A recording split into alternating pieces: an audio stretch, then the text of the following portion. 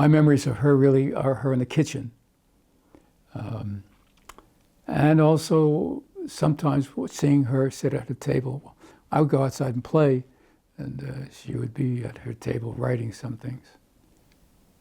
Well, it was in front of a pair of windows, the sunlight drifting in, which is what I remember clearly. It was a round table with a leather insert in the center, and paper strewn all over the place. No, at that time it was all by hand.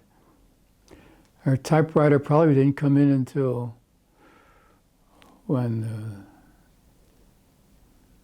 1950s, I guess. And a regular kitchen chair, which she sat at. No lamp or any other light, just outside light. That's really all I can picture right now.